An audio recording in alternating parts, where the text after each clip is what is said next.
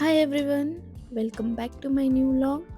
ಇವತ್ತು ನಾವು ನಮ್ಮ ಮನೆಗೆ ಕೆಲವು ಡೆಕೋರೇಷನ್ ಐಟಮ್ಸ್ ತೊಗೊಬೇಕು ಅಂತ ಶಾಪಿಂಗ್ಗೆ ಬಂದ್ವಿ. ಮನೇನ ಇನ್ನೂ ಸ್ವಲ್ಪ ಚೆನ್ನಾಗಿ ಟ್ರೆಡಿಷ್ನಲ್ ಆಗಿ ಡೆಕೋರೇಷನ್ ಮಾಡಬೇಕು ಅನ್ನೋ ಆಸೆ ನನಗಿತ್ತು.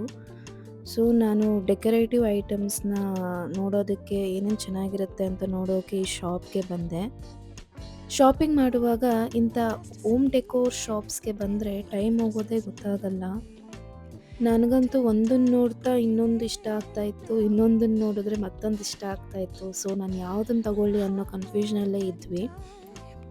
ಆ್ಯಂಡ್ ಫೈನಲಿ ನಾವು ಕೆಲವೊಂದು ಐಟಮ್ಸ್ನಂತೂ ಸೆಲೆಕ್ಟ್ ಮಾಡ್ಕೊಂಡ್ವಿ. ನೋಡ್ಬೋದು ನೀವು ಎಷ್ಟು ಚೆನ್ನಾಗಿದೆ ಅಂತ. ಒಂದೊಂದು ಐಡಾಲ್ಸ್ ಕೂಡ ಸಖತ್ತಾಗಿತ್ತು.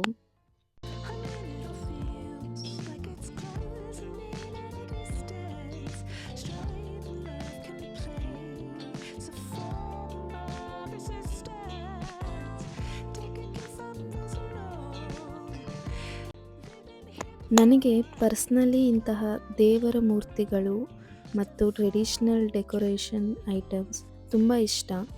ಮನೆಯಲ್ಲಿ ಈ ಥರ ವಸ್ತುಗಳನ್ನು ಇಟ್ಟರೆ ಒಂದು ಪಾಸಿಟಿವ್ ಫೀಲ್ ಮತ್ತು ಪೀಸ್ಫುಲ್ ಅಟ್ಮಾಸ್ಫಿಯರ್ ಇರೋ ಥರ ಅನಿಸುತ್ತೆ.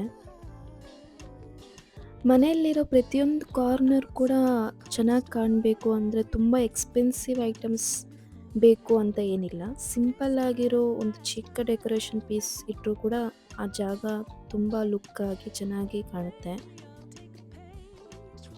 ನಾವಿಲ್ಲಿ ನಿಧಾನವಾಗಿ ನೋಡಿಕೊಂಡು ನಮಗಿಷ್ಟ ಆಗೋದು ಮತ್ತು ಮನೆಗೆ ಸೂಟ್ ಆಗೋ ಥರ ಕೆಲವು ಐಟಮ್ಸ್ನ ಸೆಲೆಕ್ಟ್ ಮಾಡಿದ್ವಿ.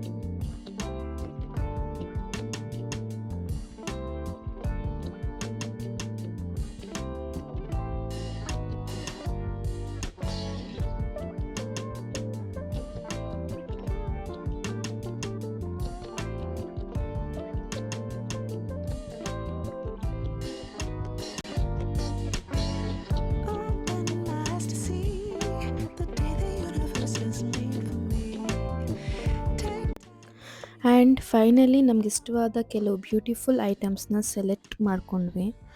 ನಾವೇನು ತೊಗೊಂಡ್ವಿ ಅದನ್ನು ನೆಕ್ಸ್ಟ್ ವಿಡಿಯೋ ಒಂದೊಂದಾಗಿ ತೋರಿಸ್ತೀನಿ. ಆ್ಯಂಡ್ ಹೇಗೆ ಡೆಕೋರೇಟ್ ಮಾಡಿದ್ದೀನಿ ಅನ್ನೋದನ್ನು ಕೂಡ ಮುಂದಿನ ವ್ಲಾಗ್ನಲ್ಲಿ ಶೇರ್ ಮಾಡ್ತೀನಿ. ಸೊ ಇದು ನಮ್ಮ little home decoration shopping vlog. ನಿಮಗೆ ಇಂತಹ ಶಾಪಿಂಗ್ ಮತ್ತು ಹೋಮ್ ಡೆಕೋರ್ ವಿಡಿಯೋಸ್ ಇಷ್ಟ ಆಗಿದ್ದರೆ ನನ್ನ ಚಾನಲ್ನ ಸಬ್ಸ್ಕ್ರೈಬ್ ಮಾಡೋದನ್ನು ಮರಿಬೇಡಿ. ಮತ್ತೆ ನೆಕ್ಸ್ಟ್ ವಿಡಿಯೋಲಿ ಸಿಗೋಣ. ಅಂಟಿಲ್ ದೆನ್ ಟೇಕ್ ಕೇರ್, ಬಾಯ್ ಬಾಯ್.